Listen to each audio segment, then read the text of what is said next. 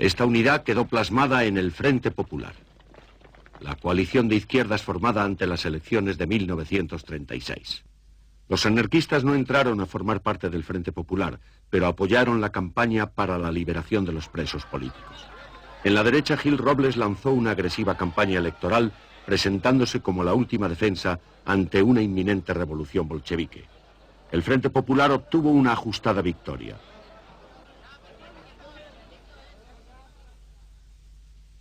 Los presos políticos salieron en libertad.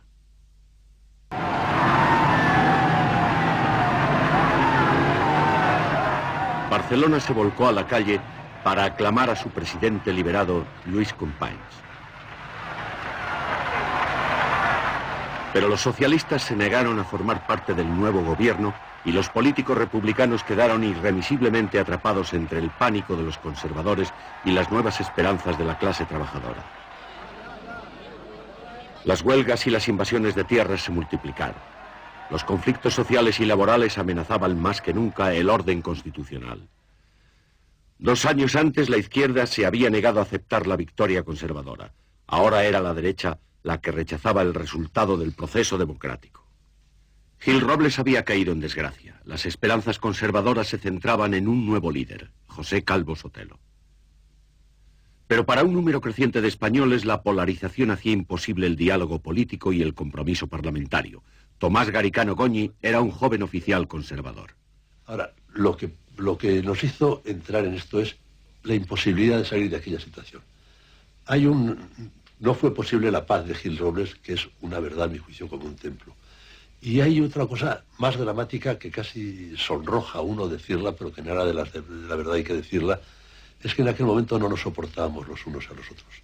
La tensión y la división había llegado a tal extremo que ver un socialista era ver pues poco menos que el demonio. Unos 15.000 militantes juveniles de la CEDA abandonaron el partido para unirse a un movimiento más combativo, la Falange, fundada por José Antonio Primo de Rivera en 1933. La polarización y el clima de violencia contribuyeron al crecimiento de la Falange. En marzo de 1936, José Antonio fue detenido y las oficinas de Falange clausuradas. Aún así, la violencia callejera y los crímenes políticos siguieron en aumento. En las ciudades los puños y las pistolas habían reemplazado al debate político. En el campo, la violencia se había convertido en el último recurso para escapar de la pobreza. La paciencia de los jornaleros extremeños se había agotado. En un solo día, el 25 de marzo de 1936, unos 60.000 jornaleros ocuparon casi 3.000 fincas.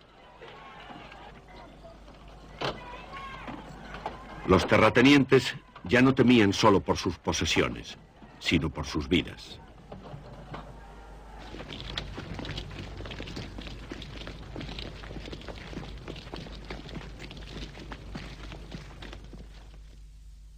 El descontento popular tenía el signo opuesto. En Navarra, el feudo carlista de campesinos profundamente conservadores, dispuestos a defender Dios, patria y rey hasta la muerte. Los carlistas se habían rebelado contra la monarquía liberal en el siglo XIX. Ahora se disponían a enfrentarse a una república que consideraban roja y atea. Para un número creciente de militares, el golpe de Estado era la única forma posible de restablecer el orden. Advertido de las conspiraciones militares, el gobierno decidió enviar a los generales más abiertamente derechistas lejos de la península.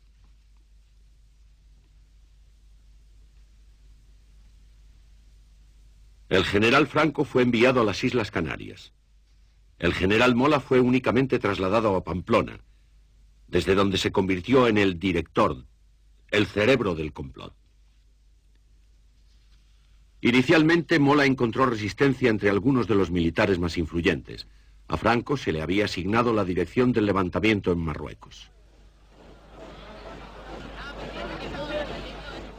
Debía ponerse al frente de los regulares y legionarios que ya había mandado en los años 20.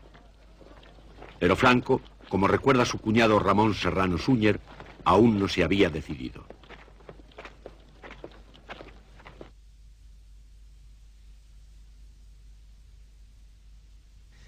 Franco pensó siempre en que estaba obsesionado con el comunismo, desde luego, y que había que cortar el paso al comunismo. Pero cuando llegó la hora, todavía él creía que no era tan inminente el peligro. Él estaba muy tranquilo en Canarias, él no tenía prisa.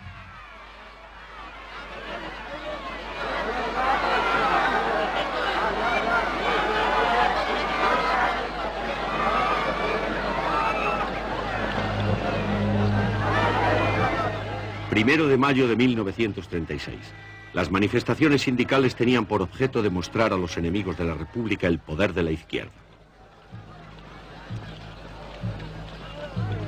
El socialista Francisco Largo Caballero, apodado el Lenin español, se había convertido en un líder revolucionario. Sus discursos incendiarios en defensa de la dictadura del proletariado sembraban el pánico entre la derecha. La tensión se hacía insoportable.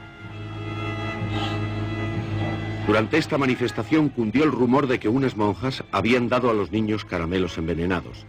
Grupos de manifestantes atacaron y prendieron fuego a un convento. Las autoridades republicanas se debatían en la incertidumbre. Luchaban por evitar el total hundimiento del Estado. Los socialistas seguían negándose a formar parte del gobierno. Como resultado, el aislamiento del gobierno era cada día mayor.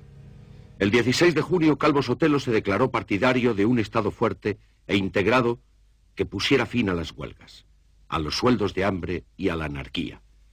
Finalizó diciendo: a este Estado le llaman muchos Estado fascista, pues si este es el Estado fascista, yo que participo en la idea de ese Estado, yo que creo en él, me declaro fascista.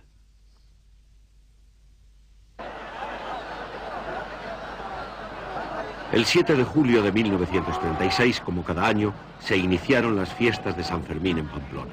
El general Mola aprovechó la ocasión para convocar a sus emisarios. Yo recibí una comunicación de un amigo mío en la que me decía que estaban todos allí, que lo estaban pasando muy bien, que por qué no iba, que todos los años iba y que ese año no iba. Y entonces era esto la frase que yo tenía que recibir para ir allí.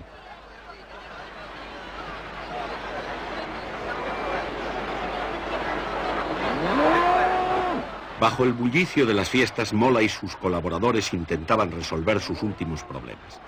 El golpe se había postergado. Los carlistas más intransigentes imponían condiciones políticas al levantamiento. Algunos oficiales vacilaban, otros se negaban a traicionar a la República. Por su parte, José Antonio, que inicialmente había criticado el carácter conservador del proyecto de Mola, se mostraba ahora más dispuesto a apoyarlo. Mola decidió que había llegado el momento. Trasladar a Franco a Marruecos siguió adelante. El contacto de Mola en Londres localizó a un piloto independiente, el capitán Bebb, en el aeropuerto de Croydon.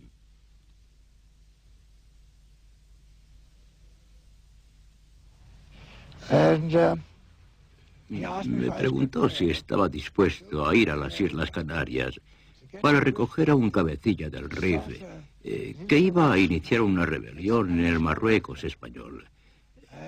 Yo pensé, qué idea deliciosa, qué gran aventura. Bebb despegó de Croydon el 11 de julio. El 12 por la noche ya había aterrizado en Casablanca, camino de las Canarias. Esa misma noche en Madrid iba a desencadenarse la tragedia. Todo comenzó aquí, en casa del teniente de la Guardia de Asalto José Castillo. Castillo ya había recibido amenazas de muerte de la ultraderecha.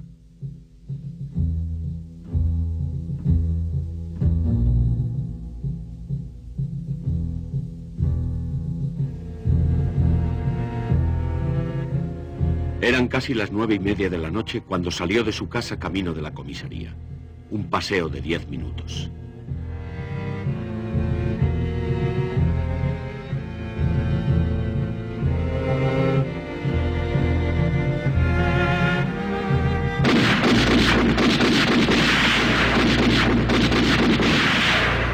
No pasó de la esquina. La noticia del asesinato llegó rápidamente a los otros oficiales de la Guardia de Asalto. Indignados, los oficiales exigieron de las autoridades una lista de sospechosos a los que detener. El sobre con la lista llegó a la comisaría de Pontejos, cerca de la Puerta del Sol. La camioneta 17 fue la última en partir. Nadie sabe la lista de detenciones que llevaba. Lo único seguro es que la camioneta se dirigió a la casa de José Calvo Sotelo.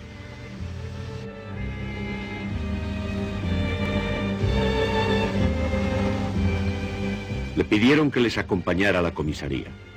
Prometió a su familia que telefonearía, a no ser, dijo, que estos señores me maten.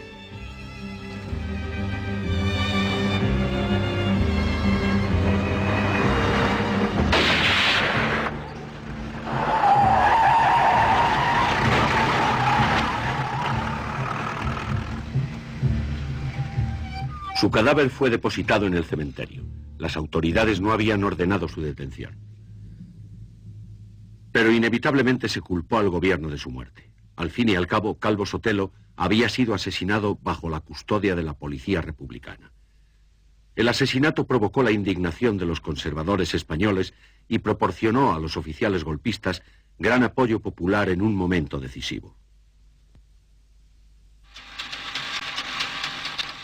Pocas horas después del crimen, Mola envió un telegrama en clave a los otros conspiradores.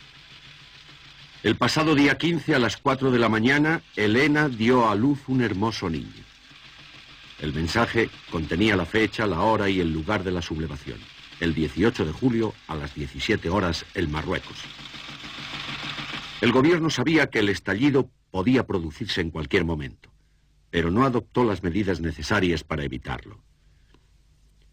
Mientras tanto, los partidos de izquierda y los sindicatos se preparaban para resistir el levantamiento. Madrugada del 14 de julio, el capitán Beb despegó de Casablanca rumbo a las Canarias. Esa misma mañana los entierros del teniente Castillo y de Calvo Sotelo simbolizaban la inexorable división de la sociedad española. Los puños en alto rendían homenaje a Castillo. Los saludos fascistas daban el último adiós a Calvo Sotelo. Casares Quiroga seguía convencido de que un levantamiento militar estaba condenado al fracaso. El 17 de julio, antes de lo planeado, estalló el levantamiento aquí, en Melilla. Al día siguiente se extendió al resto de Marruecos, incluso antes de que Franco llegara para ponerse al frente de las tropas. Los rebeldes creían que el golpe triunfaría rápidamente. El gobierno de la República se creía con fuerzas suficientes para aplastar el levantamiento.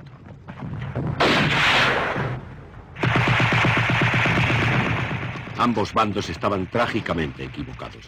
El levantamiento se extendió a la península. Finalmente, el gobierno repartió armas a partidos y sindicatos que lucharon junto a militares y policías leales y aplastaron la rebelión en casi todas las principales ciudades.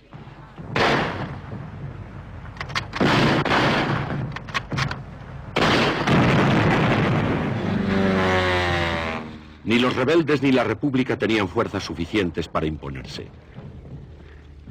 El levantamiento se convirtió en contrarrevolución.